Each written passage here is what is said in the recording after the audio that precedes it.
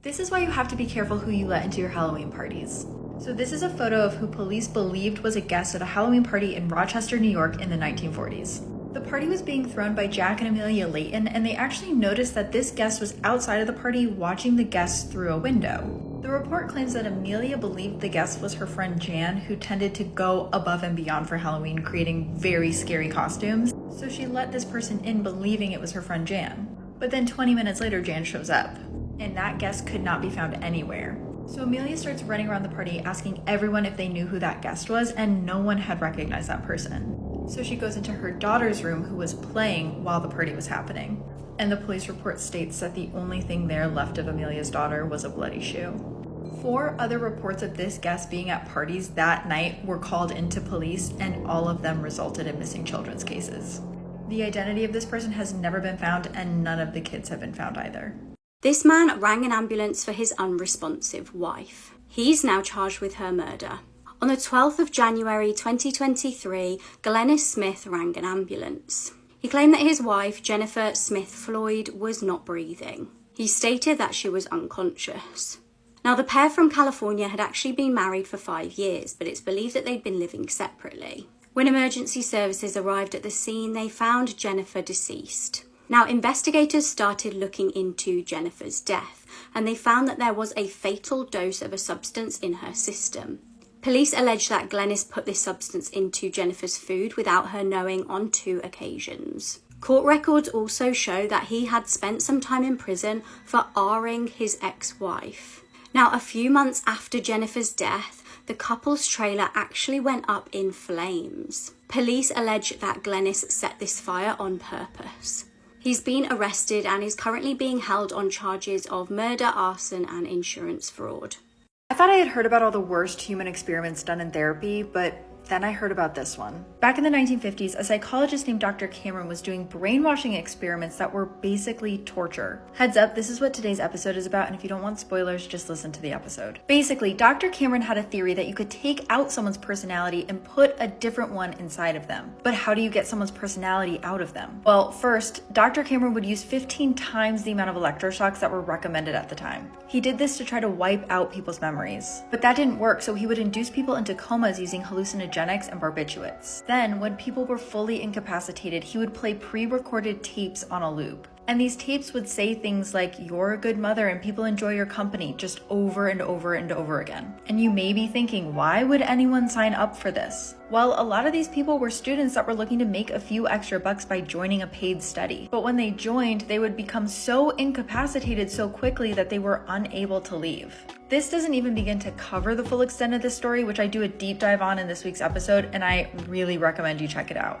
Imagine adopting what you thought was a child but turned out to be a full-grown adult. In 2010, Christine and Michael Barnett adopted Natalia Grace, who was an orphan from Ukraine. They thought that they were taking home a 6-year-old girl until they noticed that Natalia wasn't who she said she was. On their first night together, Christine undressed Natalia for her shower, and she noticed that she had very developed body features. Then a few months later, the weirdest thing happened. Christine and Michael found out that Natalia was getting her period. Christine also said that Natalia's vocabulary was way too advanced for a 6-year-old. And soon the family realized that they were living with a dangerous sociopath when Natalia threatened to stab their biological sons. She was also caught putting chemicals in Christine's coffee to try to poison her. Michael said that he did not feel safe living with Natalia because one night in particular, he woke up with her standing beside his bed with a knife. Christine and Michael filed a motion to have Natalia's birth date changed from 2003 to 1989, making her 21 years old at the time. Soon after, the entire family besides Natalia moved to Canada, and they left her behind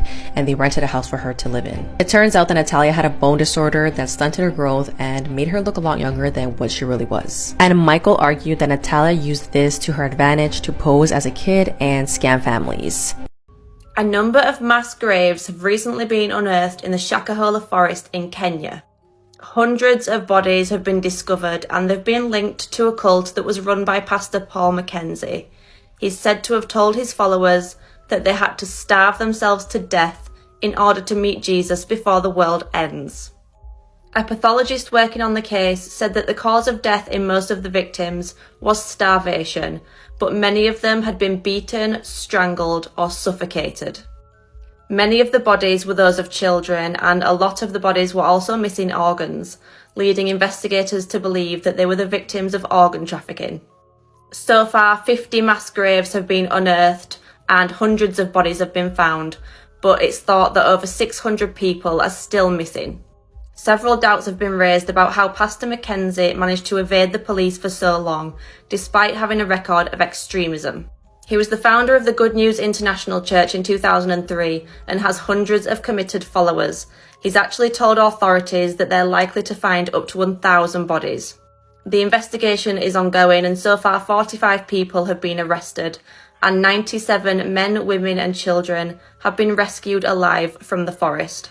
75 passengers lost their lives after this pilot let his children in the cockpit. On March 23rd, 1994, an Aeroflot aircraft was flying from Russia to Hong Kong when the airplane tragically crashed. Only a few hours into the flight, one of the pilots allowed his 2 children who were also on the flight to enter the cockpit so that they can see how everything operated. The pilot's 16-year-old son Elder and his 12-year-old daughter Yana had the opportunity to sit in the pilot's seat and play around with the aircraft's controls. Of course, autopilot was on, so this was not supposed to be dangerous.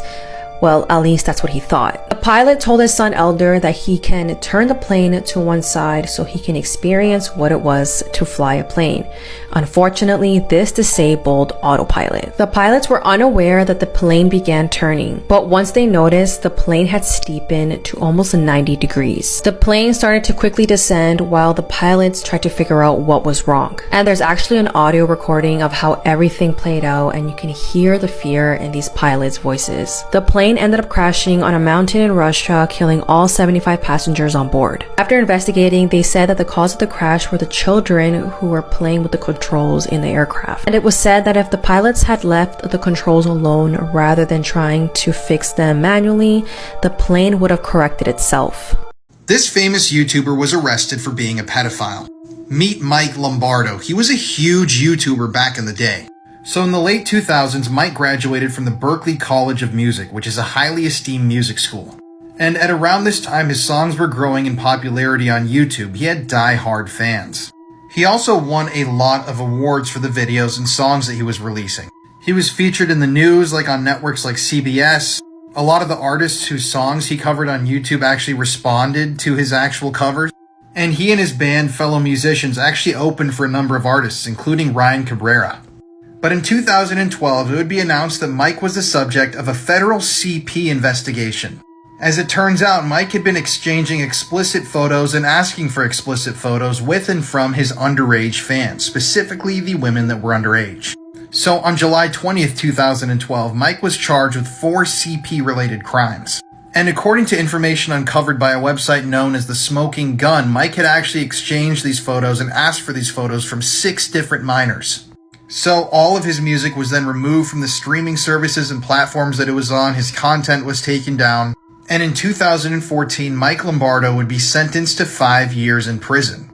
He was released eventually in 2018, but I'm sure this is something that's going to haunt him, hopefully, for the rest of his life. Cannibal facts that'll eat at you for days. If you thought Jeffrey Dahmer was picky for not eating people with tattoos, Venezuelan serial killer Dorangel Vargas, who ate 10 people, didn't like his victims to be overweight because he thought that they contained too much cholesterol. On Thanksgiving Day 1991, 23-year-old Omaima Nelson stabbed her sugar daddy William before carving him up and cooking his head in a deep fryer and eating him for dinner. In the 1970s, Jorge Negromonte, also known as the Brazilian Sweeney Todd, would bake his victims into pies before selling them to local townsfolk. After murdering and eating his classmate in 1981, Issei Sagawa was released from prison because of a loophole in Japanese law. Since then, he's actually profited off the crime, writing books, appearing on talk shows, and starring in adult films where he bites his fellow co-stars. In 2001, a man named Armin Maiwis posted an ad on a website called Cannibal Cafe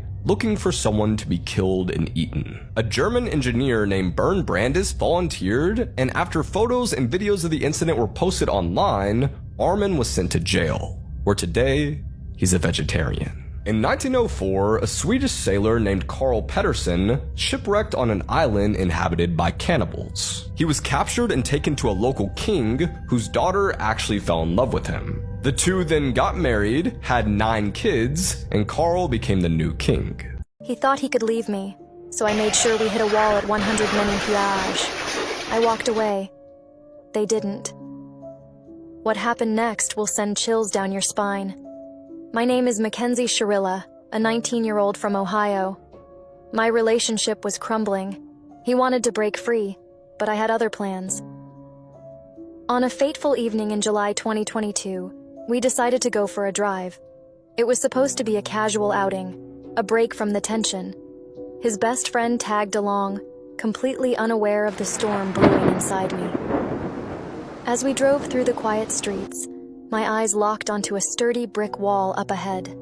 A dark thought crossed my mind, and before I knew it, my foot slammed the accelerator to the floor. The car roared as it reached a horrifying speed of 100 mph. The world outside became a blur, but my focus was crystal clear. We crashed. The impact was catastrophic, a deafening collision of metal and brick. Airbags deployed, but it was too late for them.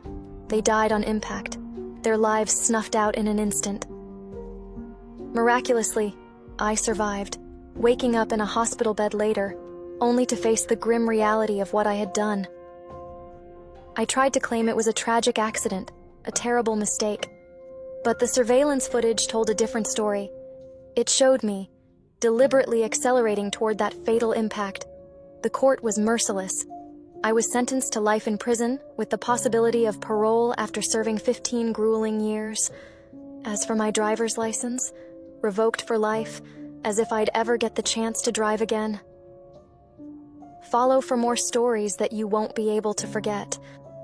What happened in this quiet neighborhood is absolutely terrifying. Maddie Clifton was born in Jacksonville, Florida. She was a carefree child who was playing outside on November the 3rd, 1998. In the early 90s, 14-year-old Joshua Phillips and his family moved in across the street. Behind closed doors, Joshua's dad was violent towards his wife and son. He was known to be even more aggressive if there were children playing in his house when he wasn't there.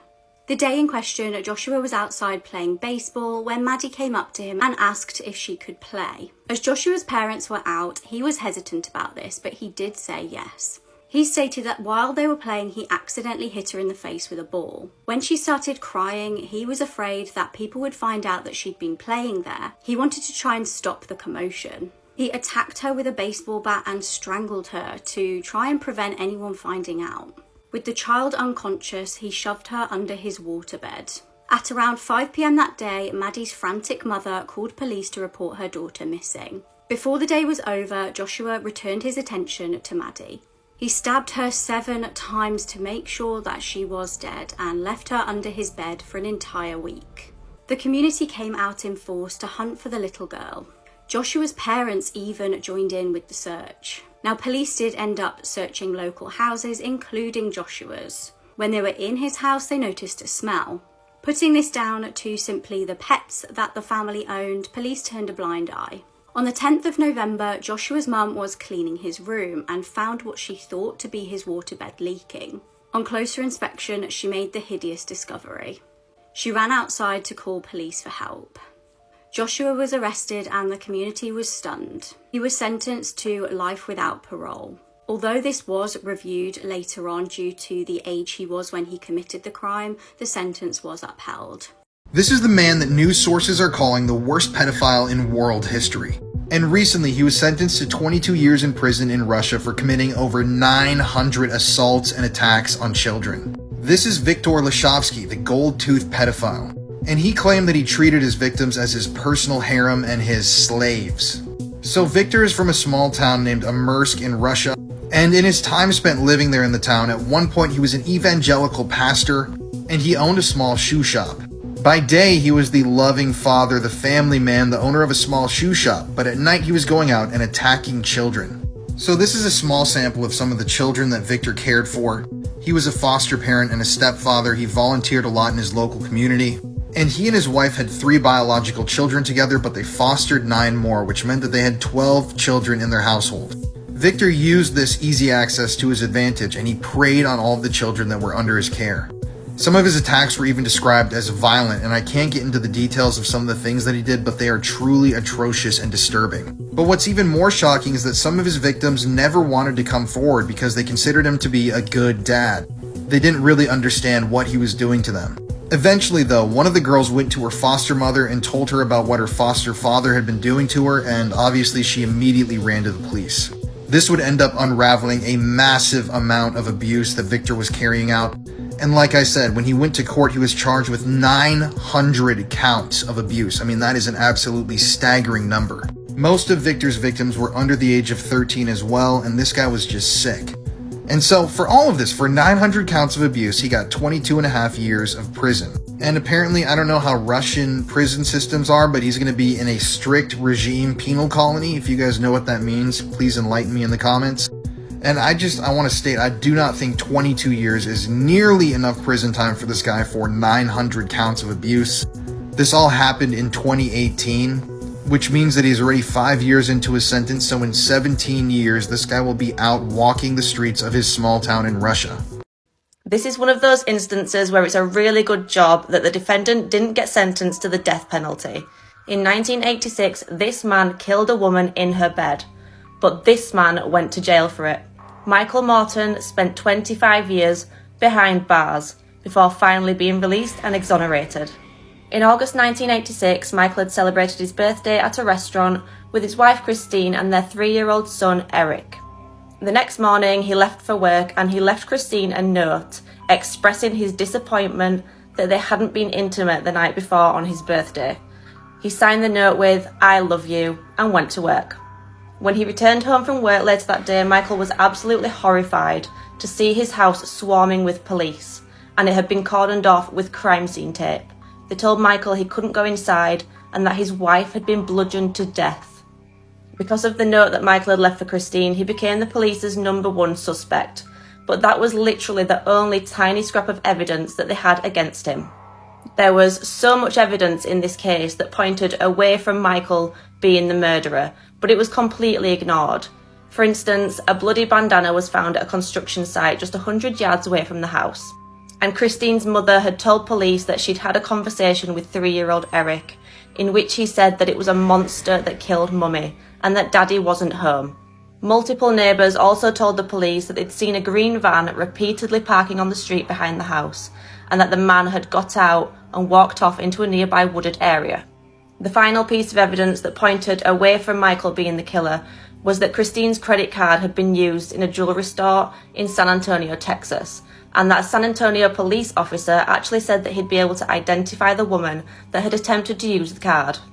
Not one piece of this evidence was handed over at court, and when Michael's defence lawyers found out that the prosecution didn't intend on calling Sergeant Don Woods, who was the chief investigator in the case, to the stand, they suspected that they were probably concealing evidence. The judge ordered the prosecution to hand over all reports from Sergeant Woods so that he could do a thorough investigation. Eric's testimony, the bandana, the green van and the credit card were all missing.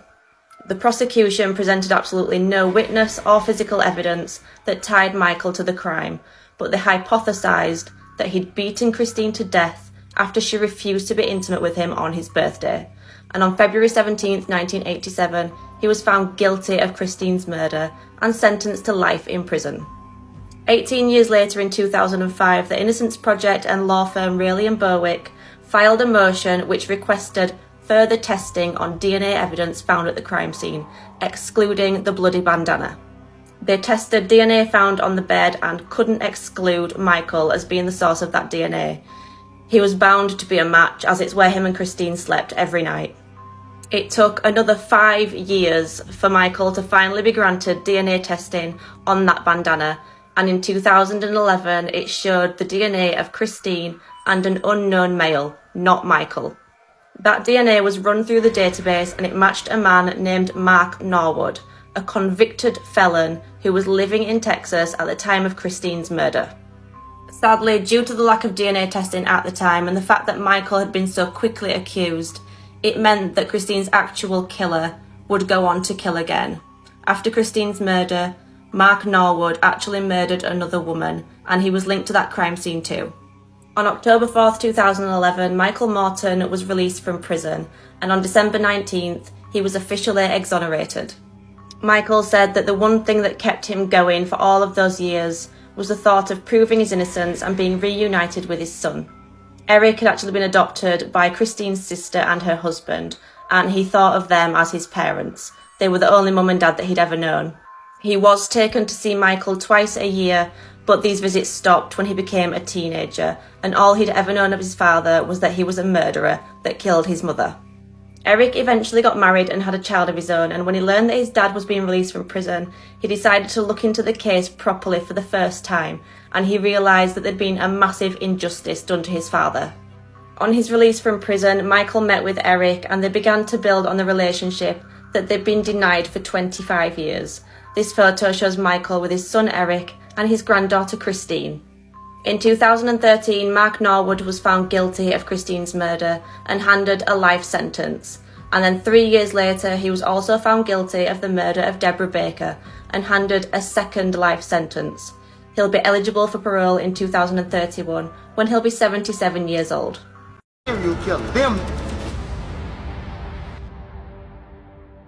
King Von, real name Davon Bennett, was born on August 9, 1994 in Chicago, Illinois, growing up on West 78th and South Hermitage in an area known as Killer Ward, an area mainly affiliated with the Chicago gangs, the Gangster Disciples, and the Black Peace Stones. Von would attend Barton Elementary School in the area, but despite starting life as a fairly normal kid in Chicago, he would be subjected to the influence of gangbanging in his family home from a young age. His father was Walter E. Bennett, aka Silk, a well-known street dude from nearby Ada Park. Von was mainly raised by his mother, as his father was in and out of jail throughout his childhood. But Von's father was apparently a legend in the streets, with ties to the street gang, the Black Disciples. However, much like Von, despite the fearsome reputation he'd earned in the streets, it would ultimately be this proximity to gang life that would lead to his father's demise, as King Von's dad Silk was shot dead when Von was only 11 years old, apparently being targeted by a sniper outside of a skating rink, according to an interview with King Von's uncle. Rest in peace, King Von. Rest in peace, Silk. That's crazy. Like, I'm with Big Bro every day. My kill his daddy with a sniper rifle. This get deep, though. You know what I'm saying? Yeah, sniper. I hit him with a sniper rifle. They at the skating rink, but you know, that's another story. It seems clear that King Von's father Silk was remembered as a legend of the block. However, coping with the loss. How did this woman go from looking like this to looking like this? This is the very heartbreaking case of Sharla Nash. One day in 2009, Sharla received a call from a friend. Her friend's pet chimpanzee named Travis had sadly escaped from the house and was running loose in the neighborhood. Now, Sharla had known this chimp for years, and being as kind as she was, she offered to help lure the chimp back inside. Sharla arrived at her friend's house, not suspecting the danger that awaited her. As she approached Travis, the chimp suddenly turned on her, and with a ferocity that is beyond belief, the 200-pound animal mauled her face and hands, causing devastating injuries. In a complete panic, Sharla's friend made this call. 911, where's your emergency? This is Katie. What's the problem? Police! Send the police! What's the problem there? The chimp killed my friend! When police arrived on scene, the chimp was shot, and Sharla was rushed to hospital where she underwent multiple surgeries, including a face transplant. Despite medical intervention, Sharla did end up losing her hands, her eyes, and her nose in the attack. She was also left completely blind and disfigured. Now, this incident completely shook the community. It received widespread media coverage, ultimately raising awareness about the dangers of owning exotic pets. For more 7 Sin crime stories, remember to follow. What? Look in there, mate. Look in there. What? Look in there. This video may look like a group of friends just going out to get takeout. But trust me when I say something much more disturbing is at play. This is the devastating case of Mary Collins, a 20-year-old girl who disappeared in the early days of the COVID lockdowns. Now, due to COVID, her case didn't really get the media attention it deserves. But I do warn you, the brutality of what happened to her is shocking. On the 28th of March 2020, Mary headed out the door and got into an Uber to head to a friend's house. Her friend's name was Levi Pham, this guy, and he was a high school friend of hers and a former boyfriend. Mary was also going to meet his now girlfriend, Kelly Lavery, this girl. Now, Mary was special needs and she actually had a syndrome that impaired her ability to move around, but she was lonely. And so when Lavi and Kelly asked her to go hang out with them, she thought they were just being friendly. Now, it's important to note that when she got there was another guy present. This guy, James Solano. Now, all of them sort of went out to go get sushi, and that was the video you saw posted by Levy.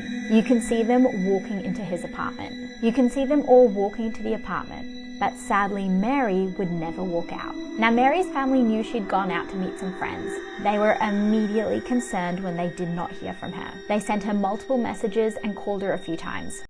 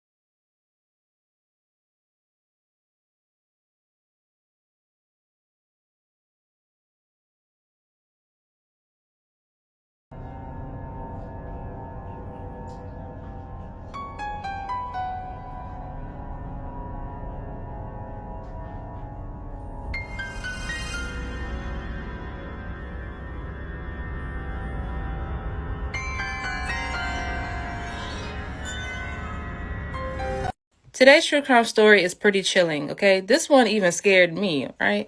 But anyways, this has some very disturbing and graphic details. Viewer discretion is advised. In the early 1900s in Bavaria, Germany, the Gruber family lived in this farmhouse called the Hinterkaifeck. The family consisted of husband and wife Andreas and Kazilia, their widowed daughter Victoria, and Victoria kids Joseph and Kazilia. The family noticed a lot of strange things going on around the house. Andreas noticed a set of keys that were missing, and also there were footprints in the snow leading from the woods to the house, but there was never no footprints ever leaving the house. There was also a newspaper in the house that Andreas never remembered buying, and it looked as if someone was trying to pick at the lock on the shed. While all these strange things were going on, they had a maid at the time, and the maid was like, "Look, I gotta quit. This house is haunted." The family kept hearing noises in the attic, and the maid just like, "Look, I can't be here anymore. The noises in the attic, all the stuff going on around here, I can't do it." Although strange things continue to happen in the house, the family ends up hiring a new maid named Marie. What the Gruber family did not know was that those strange things would lead to their murder. On the evening of March 31st, 1922, the Gruber family was murdered. Victoria's son Joseph was killed in his crib, and Maria was killed in her bed. What's so crazy about this is that same day, March 31st, 1922, that was the same day that the maid Maria was hired. Meanwhile, the rest of the Gruber family was